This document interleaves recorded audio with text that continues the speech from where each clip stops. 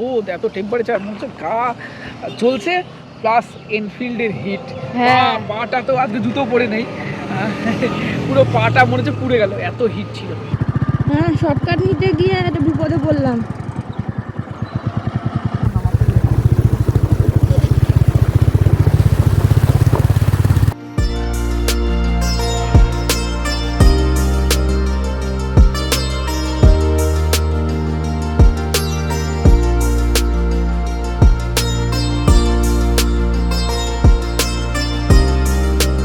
Hello everyone, welcome to our channel.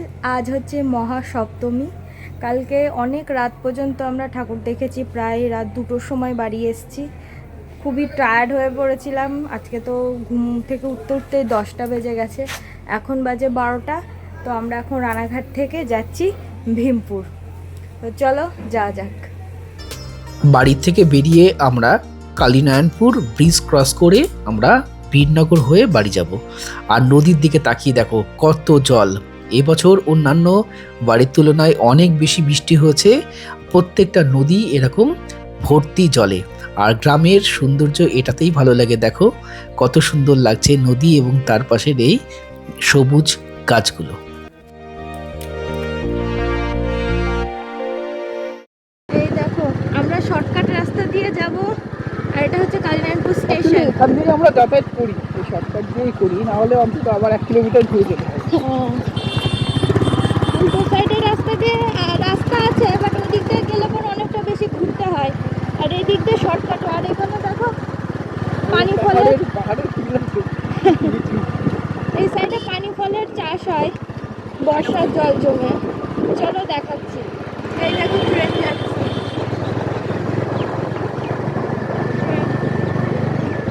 চলো। এই দেখো এখানে পানি ফলের চাষ হয় প্রচুর।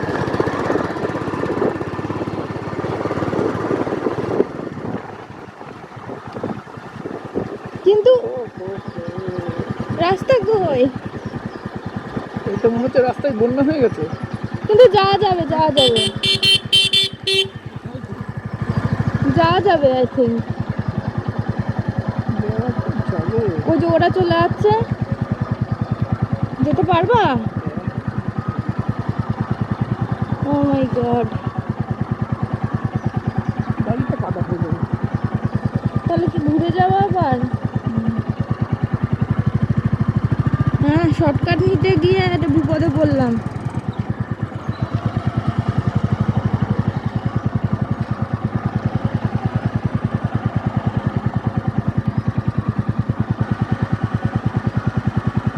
বাবা, ব্যাগ ভিজে যাবে তো, ওখানে অনেকটা নিচু। এখান দিয়ে ব্যাক করার তো রাস্তা দেখছি না, এর মধ্যে দিয়ে যেতে হবে। চলো দেখি, আর হই স্লোলি স্লোলি।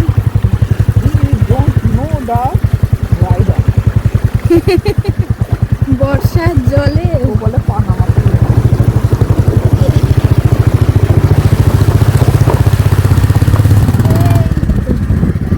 বাবা বাঁচলাম। কেমন ফিলিংস হলো? আর হেভি রাইডার মনে হলো পাহাড়ে আসি, মাঝে সেই ওয়াটার ক্রসিং আছে, ওয়াটার ক্রসিং গুলোর মতো।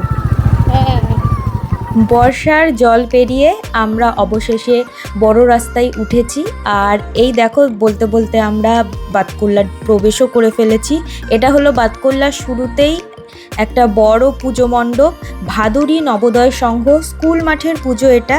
আর এখানকার থিম ছিল প্রভু রাম এবং প্রভু হনুমানজি। যেহেতু আমরা বাতকুল্লার মধ্যে দিয়েই আমাদেরকে যেতে হবে, তো রাস্তার পাশে ছোটোখাটো প্যান্ডেলগুলো তোমাদের সাথে শেয়ার করলাম। বাঙালির সবচেয়ে বড় উৎসব এই দুর্গাপুজো। আর দেখো, এই প্রচণ্ড রোদ গরমের মধ্যেও মানুষ কাতারে কাতারে বেরিয়েছে ঠাকুর দেখার জন্য।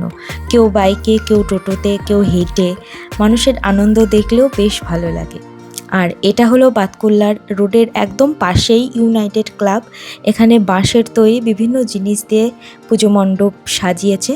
খুবই সুন্দর লাগলো এই প্যান্ডেলটা।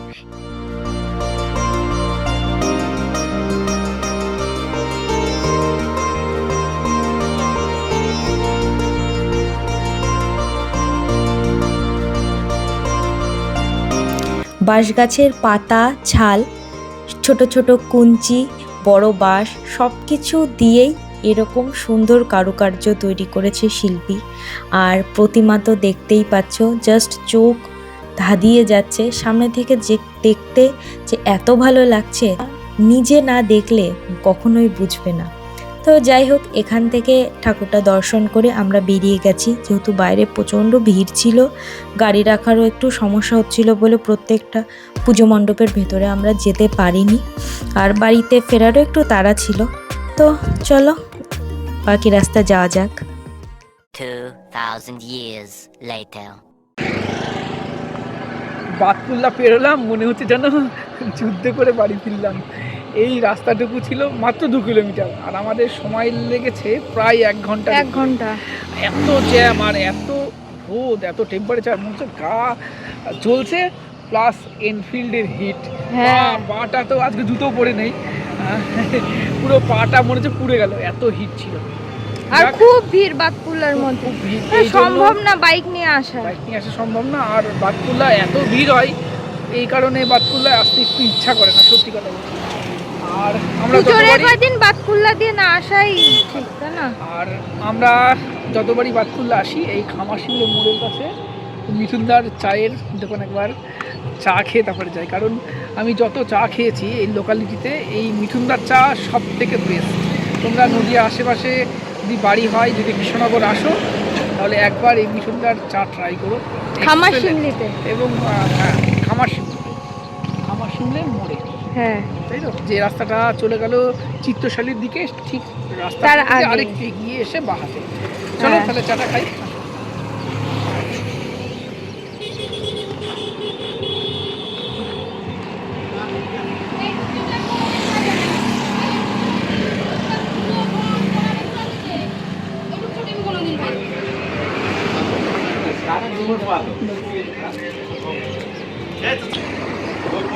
এই শুনেছিলাম পুজোর মধ্যে বৃষ্টি হবে, বেরোনো যাবে না, কিন্তু দেখছি ঠিক উল্টো, এত গরম, এত রোদ, বেরোনো যাচ্ছে না। এই বড় খুব টেম্পারেচার।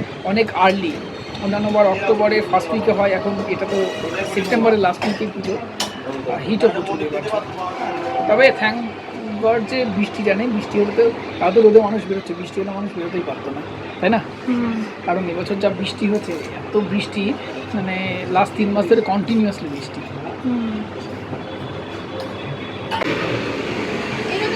বলেছিলাম না, দারুণ টেস্ট। মানে আমি যত চা খাই লোকালিটিতে, এটাই আই থিঙ্ক সব থেকে বেশি ভালো লেগেছে আমার, তাই না? তো আমাদের দুজনেরই খুব প্রিয়। আজকে অবশ্য মাসি নেই, দাদা করে দিল, মাসি হাতের চা যেন আরও সুন্দর। এইটাও আজকে খুব সুন্দর হয়েছে, কে দেখো, দারুণ টেস্ট, দারুণ। চাটা খাওয়া কমপ্লিট, এখন আমরা বেরোচ্ছি, বাড়ির দিকে যাই। আর অর্ধেক ঝলসে গিয়েছে আজকে, প্রচুর টেম্পারেচার, প্রচুর প্রচুর। এই অবস্থা, আর তুমি সবার কী অবস্থা হবে? হ্যাঁ,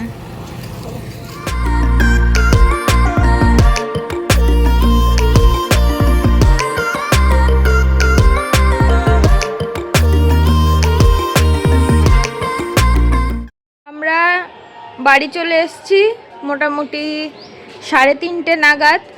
আর এসে আমি তো স্নান টান করে নিয়েছি। আর ও দেখো এখন এই রোদের মধ্যে গাছপালা ঠিকঠাক করছে। প্রচণ্ড রোদ, গরম আজকে প্রচণ্ড, মানে অসম্ভব। কি করছে এগুলো? এই গাছের কাটিং করতে হবে, সময় তো কম। আর অ্যাকচুয়ালি গাছপালাগুলো হলো ছোট বাচ্চাদের মতো, এদেরকে তুমি পরিচর্যা করবা, তুমি খাবার দেওয়া, তবে খাবে, তুমি পরিচর্যা করবা, তবে এরা ভালো থাকবে। তাই একটা ছোট বাচ্চাকে যেমনভাবে মানুষ করতে হয়, বড় করতে হয়, গাছ ভালোবাসলে গাছপালাগুলোকে সেইভাবেই টেক কেয়ার করতে হয়। চলো, কিছু কাজ আছে আমার, হয়তো আরও 1-1.5 ঘন্টা লাগবে, আমি কাজগুলো করে নিই দেন। কাজ করার পরে, খাওয়া দাওয়া করে 6টা বেজে গেল, তারপরে 2 ঘন্টা মতো আমরা রেস্ট নিলাম। ঘুম থেকে উঠে দেখি রিমি রান্না করছে। তারপরে ভাবলাম একটু বেরোই, কারণ সপ্তমীতে একদমই নষ্ট হয়ে যাবে না, তাই না? হ্যাঁ, কোথায় যাচ্ছি আমরা? এই আশেপাশেই যাব। তুমি তো বললে আশেপাশেই আমরা যাচ্ছি, দূরে কোথাও যাচ্ছি না। বেরোনো যাক, এই আবার কালকের মতন অনেক রাত হয়ে যাবে বাড়ি আসতে আসতে। কাল আমরা বেরিয়েছিলাম কখন? 10, 10:30। 10:30। আর আর আজকে আজকে 9:30। 9:30। যাক, আজকে তো অত ভিড় হবে না, তাই না? হ্যাঁ, আর লোকালিটিতে একটা ভিড় নেই, আর আমাদের এখানে খুব ভালো যে পুজো হয় তাও না, মোটামুটি পুজো হয়। চলো তাহলে বেরোনো যাক। আমাদের বাড়ির কাছাকাছি মাঝদিয়াতে ভালো পুজো হয়, তবে অত দূর যাবো না, আশেপাশে থেকে ঘুরে আর চলে আসবো। মাঝদিয়াতে এখন বাইক নিয়ে ঢোকাও হয়তো যাবে না, আর তাই না? কালকে অনেক রাত অবধি ঠাকুর দেখে ঘুম ঘুম পাচ্ছে এখন, তাই না? হ্যাঁ, বাট আজকে খুবই টায়ার্ড, কালকে সারা রাত ঘুম হয়নি, আজকে সারাদিনও ঠিকঠাক ঘুম হয়নি। চলো তাহলে বেরোনো যাক। এই যে আমাদের ড্রাইভার ড্রাইভার কি বলেছো? প্রত্যেক হাজবেন্ডই তার ওয়াইফের পার্মানেন্ট ড্রাইভার। অবশ্যই। মাঝদিয়া যাওয়ার পথেই পড়লো কৃষ্ণগঞ্জ। এখানেও বেশ কয়েকটা মণ্ডপ সুন্দর হয়েছিল। এই যে মণ্ডপটা দেখছো তোমরা, এটা শ্রীলঙ্কার একটি হিল স্টেশনের থিম করেছিল, ছোট্ট খাট্টোর মধ্যে বেশ সুন্দর। এরপরে আমরা চলে গেলাম কৃষ্ণগঞ্জ থানার সামনের ছোট্ট মাঠে, যে পূজা প্যান্ডেলটা হচ্ছিল সেখানে। এখানের পূজা প্যান্ডেল এবং থিমটা অত্যন্ত ভালো লেগেছে আমার। ভালোভাবে দেখলে দেখা যাবে এখানে বাদামের খোলা দিয়ে এই সম্পূর্ণ থিমের কাজগুলো করা হয়েছে। চলো কাছে থেকে তোমাদের একটু দেখাই। হাত দিও না। এই মণ্ডপের বাইরে এবং ভিতরে সম্পূর্ণটাই বাদামের খোলা দিয়ে সুন্দর ডিজাইন করা ছিল, যা সামনে থেকে অপূর্ব সুন্দর লাগছিল। তোমরা যারা সামনে থেকে দেখেছো এই মণ্ডপ, তারা কমেন্ট করে জানাও তোমাদের কেমন লেগেছে, এবং এখানের প্রতিমাও অত্যন্ত সুন্দর ছিল।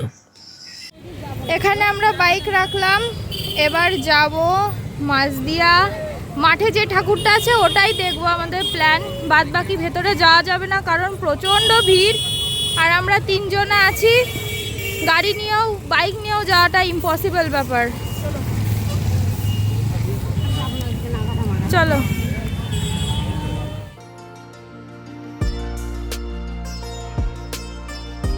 প্রত্যেক বছরের মতো এবছরও মাঝদিয়া বল খেলার মাঠের পুজোটা অসাধারণ হয়েছিল। অনেক বড় পূজা প্যান্ডেল ছিল এবং এখানের লাইটিংটাও অসাধারণ ছিল। মধ্যের ইন্টেরিয়ার ডিজাইনগুলো খুব সুন্দর করেছিল এবং মায়ের প্রতিমাটাও দেখার মতো ছিল।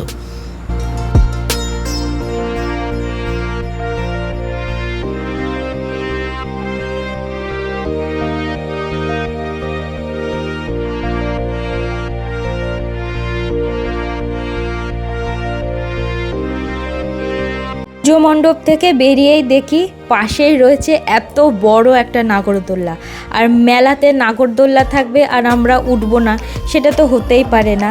তো রীতিমতো আমরা নাগরদোল্লায় ওঠার জন্য চলে গেলাম।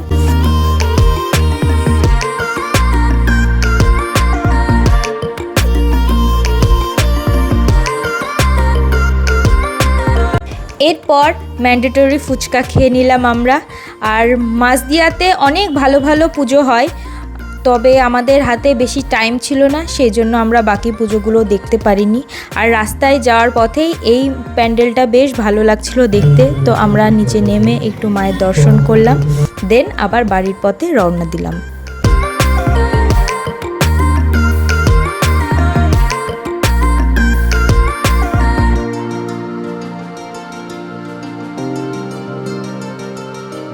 এখন বাজে 11:30, আমরা বাড়ি ফিরলাম, আর রাস্তাটা পুরো ফাঁকাই ছিল, তাই না? মাঝদিয়ার মধ্যে একটু ভিড় ছিল, প্রচুর ভিড় ছিল মাঝদিয়ায়, আর মাঝদিয়াটা ছাড়ালে মোটামুটি ফাঁকাই, তাই না? হ্যাঁ, আমরা ভেবেছিলাম বাড়ির আশেপাশেই ঘুরবো, কিন্তু তারপরে ভাবলাম যে রেডি ফেডি হয়ে বেরোলাম, তাহলে মাঝদিয়াতেই যাওয়া যাক। আর চলো, আজকে দিনটা বেশ ভালোই গেল। সকালে বাতকুল্লা ঠাকুরগুলো দেখা হয়ে গেল, তবে প্রচুর রোদ ছিল। খুব সন্ধ্যায় গরম ছিল বাবা। মাঝদিয়াটা ঘোরা হয়ে গেল, বাড়ির কিছু কাজও হলো। চলো, আজকের ভিডিও আমরা এখানেই শেষ করছি। এইরকমই আরও নতুন নতুন ভিডিও পেতে আমাদের চ্যানেলটা অবশ্যই সাবস্ক্রাইব করো। আজকের ভিডিও ভালো লাগলে লাইক করে আমাদেরকে আরও এনকারেজ করো। নমস্কার, সবাইকে ভালো থেকো, টাটা। টাটা।